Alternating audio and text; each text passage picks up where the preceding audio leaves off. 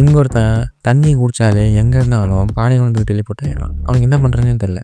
சரி இது எப்படியாவது தப்பிக்கணும்னு சொல்லி தண்ணிய எடுத்து ஒவ்வொரு பொட்டா அவன் வாய்க்குள்ள வச்சு வச்சு பார்க்குறான். அவன் டெலிபோர்ட்டே ஆகல. சரி நமக்கு இப்போ எதுவும் ஆகல போல அப்படின்னு நினச்சி அவன் அந்த கிளாஸ்ல இருக்க தண்ணி எடுத்து மடக்கு குடிக்க பார்க்க அப்படி குடிச்சிருக்கும் போது திடீர்னு பாலை டெலிபோர்ட் ஆயிரும். அந்த குடிச்ச தண்ணி அவன் வாயில மணலா மாறிடும். இவனுக்கு ஒரு சுத்தமாக பிடிக்கவே பிடிக்காது. என்னடா பண்றது அப்படின்னு சொல்லி தண்ணி குடிக்க முடியாம ரொம்பவே தவண்டு போயிடுறான். ரோட்ல இப்போ ஒரு பிச்சைக்கார மாதிரி உட்காந்துன்னு போற வர வண்டியெல்லாம் பார்த்துட்டு இருக்க. ஏன்னா அவன் தண்ணி தாங்க ரொம்பவே எடுக்குது. எப்படி இருக்க சமயத்தில் தான் ஒரு காரை நிறுத்தி ஒரு டிரைவர்கிட்ட தண்ணியை வாங்கி குடிக்கலான்னு சொல்லி குடிச்சு பார்க்குறான். அந்த தண்ணியும் கேனோட சேர்த்து இவன் டெலிபோர்ட் ஆகிற பாலைவனத்துக்கு பூரா மணலாக மாறிடுது. என்ன பண்ணுறேன்னே தெரில. அப்படியே அந்த பாலைவனத்திலே சுற்றி முற்றி நடந்துட்டு இருக்கிறான் அங்கேயும் இங்கேயும். அப்போ திடீர்னு அங்கே ஒரு ஆறை பார்க்கலாம். ஆறை பார்த்தோன்னே ஒரே சந்தோஷம். இதை போய் நம்ம தண்ணி இப்போ குடிச்சே ஆகலான்னு சொல்லி அந்த தண்ணியை குடிக்கான். உடனே மறுபடியும் டப்புன்னு பாலைவனத்துக்கு டெலிபோர்ட் ஆகிறா. வாங்கிலாம் ஒரே மண்ணு.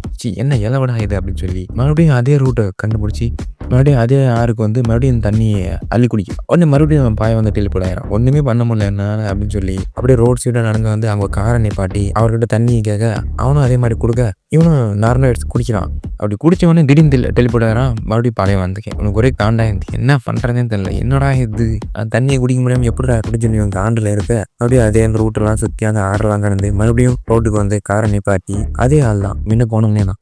அவன் மறுபடியும் உங்களுக்கு தண்ணி வேணுமா அப்படின்னு கேட்க அந்த தண்ணிலாம் நான் எனக்கு வீட்டில் விட்டுறீங்களா அப்படின்னு சொல்லி அவன் மூலியமா வீட்டுக்கு வந்தா என்ன பண்ணுறதுன்னு தெரியல. ஏன்னா ரொம்ப தண்ணி தாங்க இருக்குது. என்ன பண்ணுறதுனே அவன் படுத்து தூங்கிட்டேன். அப்போ தான் திடீர்னு ஒரு ஐடியா. ஸ்விம்மிங் பூல் அவங்க வீட்டில் இருக்கு. ஸ்விம்மிங் பூலில் போய் குதிப்போம்.